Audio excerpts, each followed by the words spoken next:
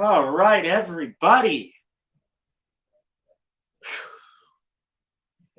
Welcome to the stream. Welcome to the live. I'm TALK-IS-PITT, and you guys are tuning into the very first episode or installment of Talking Shit with TALK-IS-PITT. Now, the name of this series is not professional by any means, but I am not a professional, and even if I was, oh well. This is discussing, or should I say, this first episode is going to discuss the narrow mindset of the West Virginia Mountaineer fan base. Now, I'm going to post the PayPal link in the description.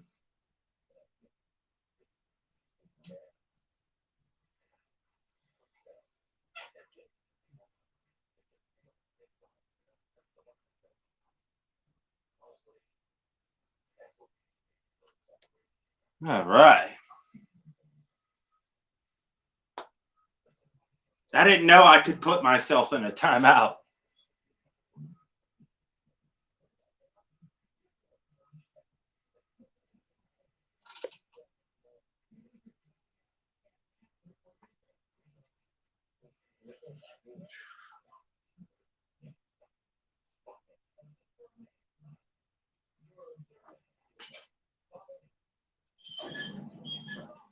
Whew.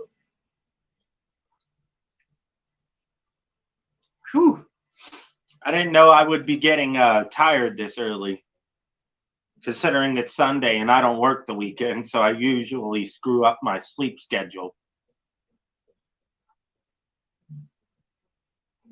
But anyway, ladies and germs, this is the very first installment of Talking Shit with TALK-IS-PITT. And I wanted to come up with a name that rhymed with TALK-IS-PITT, so Talking Shit with TALK-IS-PITT was the best thing my mind can come up with. Now, there is that slogan from West Virginia fans, "Eat shit, Pitt." And I find that kind of funny, to be honest, because the only thing West Virginia has done since joining the Big 12 has been eating shit. Now, we have more 8-win seasons than WVU does since joining the Big 12. We have 4, maybe even more. I'd have to go back on the Sports Reference website that I get some of my statistics from. So basically, West Virginia fans on Twitter, and this goes for Pitt fans too, or any fan base of that matter, but West Virginia fans seem to be the most narrow-minded of them all. Hell, even Miami fans are nowhere near as narrow-minded as West Virginia fans. I mean, we trash talk Miami fans all the time, but also they know that there's going to come a day where we do beat them again. And they have acknowledged that. None of them have forgotten 2017, the last time Miami was relevant, because that started a domino effect of Miami going to shit. So I will gladly take the blame for the Miami Hurricanes being one of the worst teams in the ACC. Now, people are going to say Duke, Georgia Tech, and Syracuse are even worse, but here's the thing. They've always sucked. Miami, they've sucked in a different way. Not as bad as Georgia Tech, Duke, Syracuse, and maybe a couple other people. But that's not the focus for today's video. The focus is the West Virginia Mountaineer fan base. And the reason why I say that is because West Virginia fans on Twitter seriously have to be the dumbest individuals I have ever came across. They have got to be the, I want to call them narrow-minded. But even being narrow-minded, you still have to have a brain somewhat. And West Virginia fans, they just don't have a brain. They just don't. They're literally saying, because they got JT Daniels and we lost Jordan Addison, that they're going to win by double digits. Like, how crackheaded do you guys have to be to actually sit up there and say that you have more talent, which gives you the automatic notion that you're going to win by double digits? First of all, West Virginia, you guys returned 9 starters. 9, which means you have to replace 13 people. We, on the other hand, returned 16 starters and only have to replace 6. We know who's going to start at each position. You guys are still trying to figure that out. You say, well, Letty Brown, or not Letty Brown, Dixon from Clemson is going to start. Duh. You're going to say Dixon from Clemson is going to start, but even Clemson couldn't rush for more than 55 yards against Pitt. That's coming from a single running back. Not very many running backs last year rushed for 100 yards against the Panthers. Now, you guys did bring in some quality talent.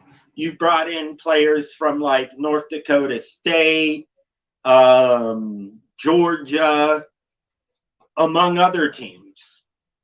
But we have also brought in talent from other teams as well. John, what's up, what's up, what's up? What it do? Welcome to the stream. Pitt has brought in talent that fits their mold and style of offense and defensive play. We got a tight end from TCU, Carter Johnson. We also got another tight end from Georgia Tech, Dylan Davenay.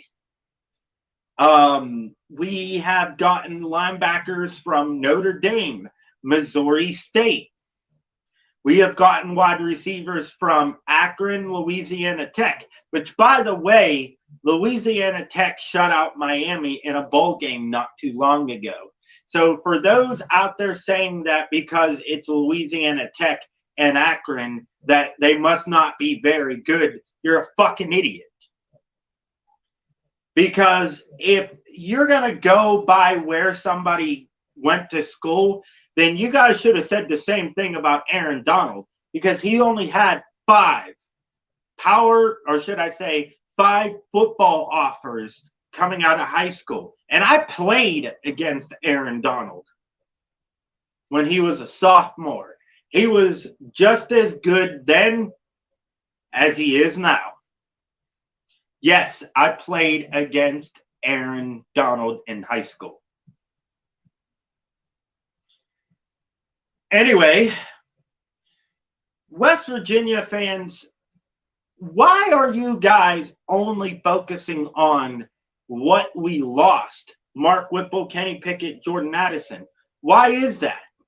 Why aren't you focusing on what Pitt has returning? Matter of fact, why aren't you focusing on what you lost?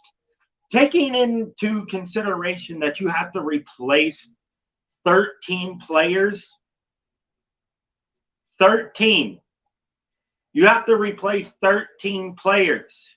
And most of that is on your defense. If you think for 1 second that your defense is not going to struggle, you're a moron. Oh, I'm sorry. I don't want to call you that because it's too personal. Oh, Calling somebody a moron is personal. Well, if it is personal to you, then you must be a moron. Exactly. Pitt added Keaton Slovis and Kenota Mumfield, who, by the way, had offers after transferring from Akron from Georgia, Michigan, Michigan State, a whole bunch of fucking programs that have had more prestige in the past 20 years than Pitt. Like, come on now, guys. You cannot use logic if you're going to sit up there and say that you're going to beat us by double digits when you have to replace a good chunk of your defense and some very important offensive weapons. You actually think JT Daniels is going to be protected long enough to the point where he does not get sacked. The worst game for West Virginia to have is going up against the #1 sack defense and the #1 tackle for loss defense in the entire college football world, I should say. Hello, Kitty. Even Kitty agrees. And he's an idiot. Ain't that right? Well, now he's not saying anything. I know. We actually landed 6. We landed 6 commitments. And that's even funny because West Virginia fans also seem to think that we have no shot at landing a 5-star player that is not from Pennsylvania. They literally think we don't have a shot at landing Hakeem Williams. And I think that all comes down to the fact that he did not put West Virginia in his top 6.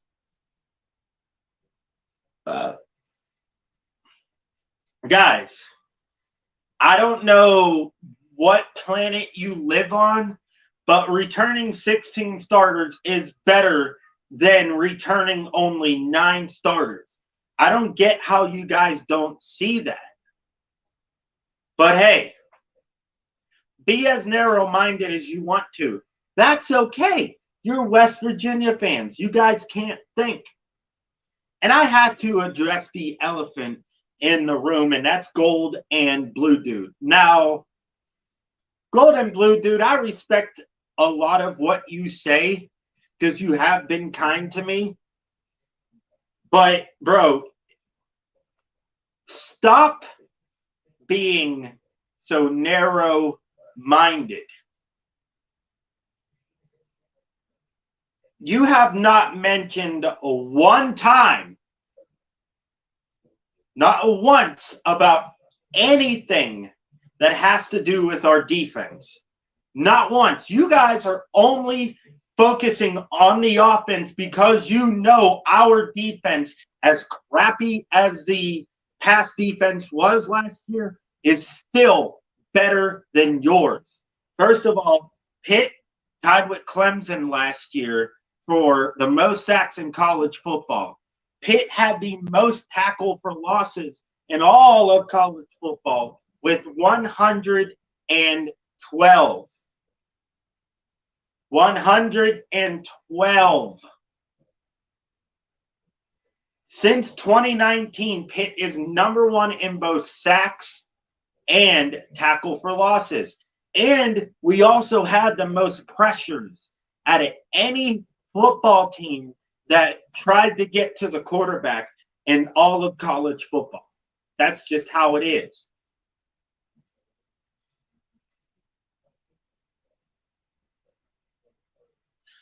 Yeah, he did say Pitt will go 8-4, but here's the thing. I don't see 4 losses on our schedule. 2, maybe 3 at best. That still gives us a chance to win 10 games. 10 games because we could win a bowl game that year. But I agree with you. I do think it is still possible for Pitt to go 10-2 with losses to Tennessee and Miami. Now, if we just so happen to beat Tennessee, that would be fucking great. That would be amazing to beat Tennessee. And if we beat West Virginia, we could be undefeated up until the Miami game, which I still think we will take a loss if we go undefeated up until the Miami game. Here's the thing. Even if we lose to Miami, we may still make it to the ACC championship. And let's say for some strange reason, Pitt wins the ACC again. That means that Pitt will be in the national championship, or should I say the playoffs, not the championship, the playoffs. Yeah, he also thinks that West Virginia is Big 12 contenders. I say bullshit. JT Daniels does not make West Virginia Big 12 contenders. Now, when I start my predictions in the next few days, the first team I'm starting with is West Virginia. And I will go down their roster and without bias, I will look at every single player. I will look at who they have returning, who they lost, who they got in the transfer portal, how they are looking so far throughout summer or fall camp, whatever you want to call it, training camp. And I will give them a fair assessment. But make no mistake about it, West Virginia fans, you are not winning the Big 12 this year. Now, I get that you guys have not had a conference championship the first 6 years of West Virginia being in the Big 12 because the Big 12 did get rid of the conference championship because they just didn't have any or had enough teams. Ooh, excuse me.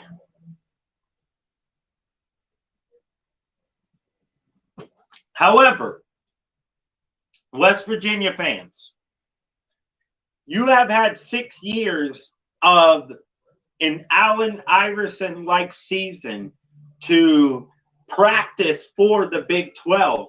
Pretty much every season up until the Big 12 was reinstated. I mean, the Big 12 championship was reinstated. You had 6 years to practice for the eventual return of the Big 12. And you yet can still not get it done. Okay, there's no excuse for being in the Big 12 for 11 years and still you're not able to get used to the way the Big 12 plays. Oh, well, last year we didn't lose a lot of games by double digits and blah, blah, blah. It doesn't matter if you lost it by 1, 2, 3, 4, 5, 6, or 7. You still lost. All right, and then you almost lost to the worst team in the Big 12, and that was Kansas. You guys should have blown Kansas out of the water, but you didn't. We would have demolished Kansas like there was no tomorrow. And that's just facts, all right? We would have completely murdered Kansas. You guys, on the other hand, allowed them to stay in the game the whole entire time. Now, West Virginia fans, oh, well, Pitt got lucky. They beat Clemson in a down year. Are you guys fucking retarded? We beat Clemson when they were in the national championship. Well, not in the national championship. We beat Clemson when they won the national championship. You guys remember 2016, right? Because I'm pretty sure Clemson winning the national title in 2016 is not a down year. Oh, well, Pitt won the ACC in a down year. Okay. But what's the excuse for Miami or North Carolina, 2 teams that everyone except me keeps overrating every single fucking year. That's all you guys do is sit up there and overrate Miami like fucking like I've never seen before. And as far as North Carolina goes, yeah, they have, you know, pulled off some very lucky wins and they lead the series over Pitt. But since Mac Brown has gotten to North Carolina, he has yet to beat the Pittsburgh Panthers. I love that. Now, West Virginia fans will say, oh, well, we got better quarterback. We got Nico, whatever the hell his name is. Honestly, he looks like Uncle Rico when he couldn't throw a ball over those mountains. Reminiscent about days that don't exist anymore. Well, I have to break it to you, West Virginia. Your days of existing never existed in the first place. The last time you were relevant, who knocked you out of the national championship? The Pittsburgh Panthers, bitch. Anyway, guys, I'm going to go ahead and cut the live stream here. I didn't want to do a live stream, but I kept getting phone calls, so I placed my phone on Do Not Disturb, and for whatever reason, it's not letting me record videos on my camera app. So I just did a live stream, and John, I thank you all for stopping by for this live stream. If you would like to, check out the PayPal link in the comments section. Let's go Pitt. Let's go Pitt. September 1st, West Virginia. We will make you our bitch.